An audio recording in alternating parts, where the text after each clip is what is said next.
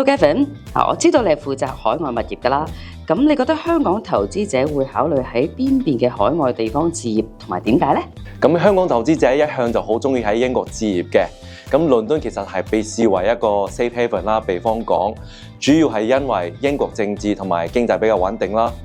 法律有保障啦，加上倫敦係一個世界國際嘅金融中心、文化中心同埋教育中心，咁核心地段啲樓咧其實係供不應求嘅。咁倫敦平均樓價咧比起2014年嘅高峰咧係跌咗超過20%嘅。咁對一啲現時嘅買家其實就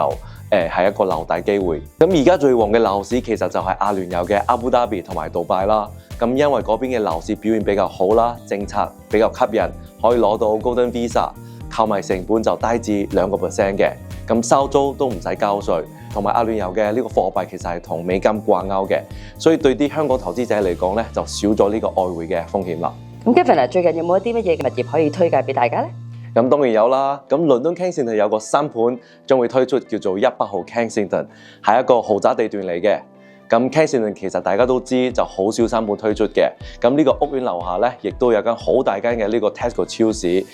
對啲香港人嚟講咧，就生活一定會好方便啦。咁喺阿布達比有個位於 Yas Island 高爾夫球場附近嘅新盤，叫做 Waldorf Astoria Residence， 咁呢個將會係阿布達比第一間 Waldorf 品牌嘅呢個酒店式公寓啦，咁我相信將會好受歡迎。